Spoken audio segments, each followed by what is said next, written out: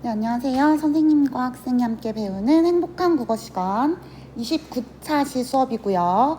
지난 시간에 이어서 계속 문제 풀이를 할 겁니다. 지난 시간에 객관식 6번과 서술형 6번까지 풀이를 했는데 채점을 하다 보니까 이 문제 있죠. 서술형 4번. 공감적 듣기를 선생님이 예상을 하고 출제를 했던 건데요. 그때 이 얘기를 했을 겁니다. 지난 영상에서. 이 엄마는 적극적 들어주기를 특히나 하고 있구나. 공감적 듣기의 방법 중에서 적극적 들어주기를 하고 있구나 라고 했는데 정말로 어떤 친구가 공부를 정말 꼼꼼히 했나 봐요. 그래서 적극적 들어주기라고 썼어요. 그래서 당연히 답으로 인정됩니다. 그래서 적극적 들어주기라는 명칭을 쓰고 그 뜻에 대해서 적절히 썼다는 전제하에 답으로 인정을 합니다. 그 뜻은 우리 학습지에도 있겠지만 명시적인 언어로 되돌려주는 것, 이런 것들 의미를 담아 명시적인 언어로 되돌려주는 것이라는 뜻을 설명한 경우에 답으로 인정합니다. 그 친구 굉장히 꼼꼼히 공부를 한 것 같습니다.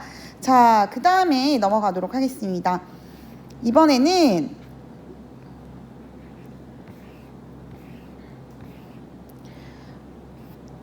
여기로 갈게요. 7번부터 10번까지 그리고 서술형 7번 문제가 한꺼번에 있는 문제입니다. 자, 가는 면접의 일부, 우리 이미 학습한 본문 그대로입니다. 나는 연설의 한 장면, 이것 또한 우리 학습지에 있었고요. 다는 연설의 설득 전략 배운 거 내용 토대로 있습니다. 물음에 한번 우리가 답을 해봅시다. 먼저 7번이네요. 가와 나의 공통점으로 가장 적절한 것은 입니다. 가장 적절한 것. 자, 가는 뭐였냐면 면접이었어요. 면접이었고 나는 연설이었습니다. 공통점. 자, 1번 볼게요. 선지 1번. 공적 담화 유형이다. 바로 답이 나와버렸네요. 자, 면접이든 연설이든 굉장히 공식적인 말하기고 공적인 담화라고 했습니다. 사적 담화의 가장 대표적인 담화의 유형은 뭐가 있을까요? 대화겠죠. 정답 1번 바로 나왔는데 그러면 각각 어떻게 답이 안 되는지 볼게요. 다수의 청중을 대상으로 하는 것은 나에 대한 설명에 가깝고요. 평가와 선발은 면접에 대한 설명에 가깝겠고요. 그 다음에 공신력 하면 연설, 물론 발표 같은 것도 맞습니다. 그런데 이제 나중에 보면 그 다음에 생각, 행동, 태도, 청자의 생각, 행동, 태도 등에 영향을 미쳐서 굉장히 설득해야 한다. 뭐였죠? 연설에 가깝겠네요. 그래서 공통점은 1번 공적 담화 유형이라는 게 가장 적절했습니다. 어렵지 않았습니다. 자, 8번인데요. 기역부터 미음까지 사용된 답변 전략에 대한 설명을 보기에서 골라 바르게 묶은 것을 고르는 건데요. 자, 기역 봅니다. 기역에는 면접관이 다큐멘터리에 대해 알고 있는 지식이나 정보 있으면 말해보세요 라고 하고 있습니다. 우리 면접 단원에서 가장 중요한 게 적절한 답변 전략이었어요. 그 질문의 의도를 잘 파악해서 적절히 답변 전략을 활용해서 답변하자 였습니다. 기억 볼게요. 다큐멘터리라는 용어가 이런 것을 의미하는 도큐멘트에서 파생된 것이라는 굉장히 사실적인 정보를 전달하고 있어요. 자, 다시 볼게요. 기억. 사실에 관한 질문 맞습니다. 여기서 견해, 의견을 논리적으로 전개하고 있지는 않죠. 이거는 사실보다는 의견을 묻는 질문에 적절한 답변 전략이었어요. 사실에 관한 질문에서는 굉장히 구체적이고 객관적인 정보를 바탕으로 정확히 전달하는 게 중요했어요. 정확히 전달하는 거, 정확히 답변하는 거. 그래서 기억은 적절하지 않습니다. 니은 볼까요? 지금 면접관이 어떤 질문을 했는데 죄송하지만 제가 질문의 핵심을 정확하게 파악한 것인지 모르겠대요. 구체적으로 말해달라고 요구하고 있네요. 질문의 의미와 의도를 잘 파악하지 못했죠. 그렇기 때문에 정확히 파악하기 위해 다시 질문을 요청한다. 맞는 설명 되겠습니다. 자, 그 다음 디귿 볼게요. 디귿에는 내용 전달의 효과를 높이기 위해 준언어적 표현을 사용했다라는 것인데 디귿 볼게요. 첫째 한 손가락 펼쳤고요. 둘째 두 손가락 펼쳤어요. 이것은 준 언어가 아니라 언어는 아닌데 내용 전달의 효과를 높일 수 있는 비언어가 되겠죠. 준 언어가 아니겠죠. 그러니까 디귿은 적절하지 않습니다. 리을 볼게요. 막연한 진술을 피하고 자신이 잘 아는 분야의 사례를 제시해야 신뢰성이 높아지는 건 맞지만 맞아요. 그런데 리을 한번 볼게요. 저는 제가 주도해서 여행을 계획하고 준비하는 편입니다. 결론 제시하고 왜냐하면 부터 나옵니다. 결론부터 먼저 제시를 하고 있어요. 답변 먼저 하고 요구한 답변 먼저 하고 거기에 대한 근거나 이유를 설명하는 전략이죠. 이 리을에 대한 설명과는 맞지 않습니다. 리을 자체의 설명이 틀렸다는 게 아니죠. 답변 전략으로서 이런 것이 좋죠. 신뢰성을 확보하기 위해. 그렇지만 이 리을에 대한 설명이 아닙니다. 경험, 사례 이런 것들 없습니다. 자, 미음 볼게요. 약점을 묻는 질문에 약점을 솔직하게 말하고 구체적인 경험을 중심으로 답변을 한다. 볼게요. 약점 물어봤는데 나오죠. 불 같아서 가끔 화를 내곤 하는데 고쳐나가겠다 막연하게 얘기했지 구체적인 경험 중심으로 없었어요. 그래서 정답은 3번 되겠습니다. 니은만 적절하네요. 이 문제 비교적 오답률이 높았습니다. 9번 갈게요. 가의 면접관이 A의 질문을 한 이유예요. A 볼게요. A를 보게 되면 처음에 이 면접관이 질문을 하죠. 여행을 좋아하는 편이라고 했는데 유지태 군이 좋아한다라고 굉장히 명료하게 간단하게 답변을 했어요. 그래서 면접관이 추가적으로 질문을 합니다. 이런 질문을 뭐라고 했죠? 그렇죠. 보충 질문이라고 했어요. 답변이 굉장히 간략했죠. 그렇기 때문에 정답은 몇 번인가요? 2번이죠. 구체적인 정보를 원했기 때문에 보충 질문을 했다고 볼 수 있습니다. 자, 10번 갈게요. 문제를 잘 읽어야 돼요. 10번을 보면 나의 기억부터 리을은 화자의 공식력을 구성하는 요소 각각의 예이다. 우리 화자의 공식력을 구성하는 요소 몇 가지 배웠습니까?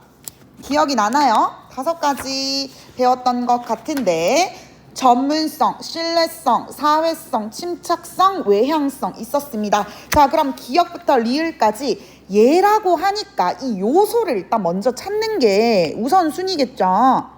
봅니다. 기억. 여러분 요즘 읽을 만한 책이 없죠? 라고 청중의 상황에 공감하고 있음을 드러내는 겁니다. 이게 뭡니까? 기억은 사회성이겠죠. 사회성. 기억 사회성에 관한 예시였어요. 설문조사했대요. 경험, 자료 준비 뭡니까? 전문성을 갖추고 있습니다. 이거 우리 학습지에서 하나하나 다 설명했던 겁니다. 사전에 충분히 조사한 거. 그 다음 디귿 열정적으로 뭡니까? 역동적이네요. 외향성 요소겠죠. 그 다음 리을 갑니다. 우리 학교를 책 읽는 학교로 만들고 싶대요. 굉장히 선의의 성격을 포함하고 있네요. 신뢰성입니다. 자, 천천히 잘 따라오고 있죠? 봅니다. 적절하지 않은 것. 기억, 사회성에 관한 설명이네요. 청중의 상황에 공감하고 친근감을 주는 정도에 관한 요소. 맞죠? 맞습니다. 니은 볼게요. 전문성입니다. 설득 의도에 공공성이 있다고 여길 때 높게 평가받는 요소인가요? 아니죠. 얘들아, 공공성, 선의와 관련된 것, 평판 관련된 것 뭡니까? 리을, 신뢰성과 관련된 설명이었어요. 그 다음에 같은 디귿인 선지 3사를 볼게요. 문화적으로 차이가 있다고 분명히 얘기를 했습니다. 참고로. 그 다음에 리을, 4번 어조나 몸짓으로 드러내는 거 맞죠? 외향성. 그 다음 마지막 신뢰성, 평판, 공공성, 선의 이런 거 전부 다 신뢰성이라고 했습니다. 그래서 정답은 2번입니다. 다음 넘어갈게요. 서술형 7번입니다. 다의 세 설득 전략 중에 잘 보세요. 문제를 꼼꼼히 읽어야 됩니다. 다에서 설명 다 했어요. 세 설득 전략 이성, 감성, 인성 있습니다. 이 설득 전략 중에 첫 번째 화자의 공식력을 높이는 전략 쓰고 그 다음 보기에 해당하는 전략 쓰라고 했습니다. 이 언급 시의 전자는 후자는 이 형식으로 쓰라고 했고요. 그 다음 이 논리적 오류는 여기 보기의 지혜가 범한 오류의 명칭, 그 다음에 그 이유까지 쓰는 것이 이 문제였어요. 자, 공식력과 가장 관련이 있고 높이는 요소는 설명했습니다. 학습지에서. 뭡니까? 인성적 설득 전략입니다. 전자는 인성과 관련된 설득 전략이었고요. 그 다음 후자, 여기 보기에 있는 것 뭡니까? 우리 지금 보기에 지혜라는 친구가 우리 반 20명에게 좋아하는 예능 프로그램을 조사했을 때 유퀴즈보다 신서유기를 더 좋아하는 것으로 보아. 고등학생들은 유퀴즈보다 신서유기를 더 좋아하는 것 같아 라고 얘기를 하고 있습니다. 이것을 논증이라고 하죠. 논증. 논리적으로 증명합니다. 특히나 지금 어떤 사례들을 가지고 왔으니까 논증 중에서도 귀납 논증과 관련된 거고, 이것은 바로 이성적 설득 전략이죠. 다 했던 겁니다. 그런데 지혜가 범한 오류가 있습니다.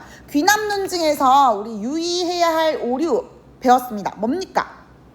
지금 잘 보면 이 지혜라는 친구가 우리 반 20명을 조사했는데 결국 고등학생들로 결론을 짓고 있어요. 너무 수가 적다. 그쵸? 그래서 이런 것을 성급한 일반화의 오류라고 했었고, 그 이유는 뭐라고 쓰면 됩니까? 수와 관련돼서 쓰면 됩니다. 수가 부족했다. 표본수가 너무 부족했다 라는 거 쓰면 됩니다. 자, 그럼 넘어갈게요. 11번부터 12번까지, 그리고 서술형 8번 문제, 발표에 관한 문제입니다. 이 학습지 또한 우리가 배웠던 본문 그대로입니다. 11번 볼게요. A에 대해 가장 적절한 반응을 보인 학생은, 선생님이 굉장히 즐겨봤던 슬기로운 의사생활의 이 미도와 파라솔 친구들입니다. 이거는 여러분들이 얼마나 이 내용을 잘 파악했는가를 묻고 싶었던 문제고요. 너무 풀이할 게 없습니다. 당연히 2번이 답이 되겠습니다. A를 보면 이 연구원에 따르면 뇌에 좋은 성분을 주사로 직접 주입하지 않고 입으로 섭취한 경우 뇌까지 전달되지 못한다고 했으니까, 인간들은 음식을 어디 주입한다기보다는 입으로 섭취하니까 이 둘의 실험 결과가 다를 수 있다라는 내용이겠죠. 그렇기 때문에 정답은 2번입니다. 나머지는 다 틀렸습니다. 12번은 보기가 지금 화자가 세운 발표 계획이라고 봤을 때 실제 발표에 반영되지 않은 것, 이런 문제들은 하나하나 있는 것을 지워가는 것으로 푸는 것이 좋습니다. 자, 기억 볼게요. 소재에 대한 청중의 배경 지식을 점검해야겠대요. 처음 부분에 볼까요? 이 신민아라는 학생이 무슨 사진인지 아십니까? 사진 보여주면서 배경 지식 점검합니다. 네, 맞습니다. 알파고 쇼크 점검하고 있습니다. 그래서 맞는 설명입니다. 그 다음 중간 부분 볼게요. 청중의 요구나 개인적 관련성에 따라 도움되는 성분 구분해서 안내하나요? 중간 부분 보면 여기 보이죠? 어린이와 청소년, 중장년층과 노년층에 도움이 되는 것 각기 달라서 각각 구분해서 제시하고 있습니다. 그렇죠. 그래서 맞는 설명. 그 다음 과학자의 말을 인용하여 음식의 섭취가 똑똑한 내용성에 매우 중요함을 강조해야겠어. 볼게요. 지금 과학자의 말을 인용하는 부분도 없어요. 왜? 과학자들은 쓰지 않습니다. 이런 내용이 있죠. 연구원의 인터뷰는 보고 있지만 과학자의 말을 인용하고 있는 부분도 없을 뿐더러 지금 이 친구는요, 똑똑한 뇌보다 건강한 뇌에 주목하라고 했어요. 그렇기 때문에 똑똑한 뇌보다는 건강한 뇌에 주목하기로 했어요. 그렇기 때문에 정답은 너무 간단하게 3번입니다. 그 다음에 우리 이거 영상에서 미리 설명을 했습니다. 해마라고 나왔던 부분은 우리가 뭔가 지난 시간에 배웠겠지, 사전 지식이 있겠지 라고 하면서 해마에 대한 설명을 하지 않았다고 했기 때문에 여기 불필요한 내 기간 해마 용어 설명 안 해도 된다는 것 맞습니다. 그 다음 끝부분 계속 이 친구는 반응을 살피고 있어요. 그렇기 때문에 꾸준히 청중과 상호작용하기 때문에 미음도 맞는 설명입니다. 그래서 정답은 3번입니다. 자, 다음은 서술형 8번이네요. 윗글에 밑줄 어딨나요? 밑줄 찾으러 갑니다. 밑줄 좀 더 튀는 색깔로 가야 될 것 같아요. 파란색 갈게요. 오늘은 이 브레인푸드에 대해 조사한 내용을 발표하겠습니다. 나와 있고요. 그 다음에 지금까지 브레인푸드에 대해 알아보았습니다. 있고요. 이제 브레인 식단에 대한 제 생각을 말씀드리겠습니다. 있습니다. 이 밑줄들과 같은 언어적 표현에 명칭, 뜻, 기능 쓰라고 했습니다. 명칭 3어절 너무 많은 힌트를 줬죠. 뭡니까? 내용, 연결 표현입니다. 3어절이기 때문에 이거 말고는 답이 될 수 없습니다. 뜻은 세 밑줄을 왜 참고하라고 했을까요? 첫 번째 볼게요. 오늘은 이 브레인푸드에 대해 조사한 내용을 발표하게 돼요. 도입부의 전체 내용 개관하고 있으며 또 지금까지 알아보았대요. 중간 부분에 이제까지의 내용을 정리 요약하며 그 다음 이제 브레인 식단에 대한 제 생각을 말씀드리게 돼요. 뒤에 나올 내용을 안내한다. 이 세 밑줄에 있는 거 각각 세 가지 다 쓰라는 의미였겠죠. 기능은 우리가 배웠습니다. 선생님 필기까지 했습니다. 첫째, 위치를 지정하고 둘째, 청자의 이해도를 높인다. 자, 13번인데요. 우리 지금 피사동 표현에 대한 내용입니다. 자, 여러분들 여기부터는 다음 시간에 하도록 할게요. 여기 조금 객관식 중에 가장 배점이 높았고 피사동문에 대한 설명부터 다음 시간에 하도록 하겠습니다. 그럼 여기까지 필기한 거 카톡방에 모두들 올려주길 바랍니다.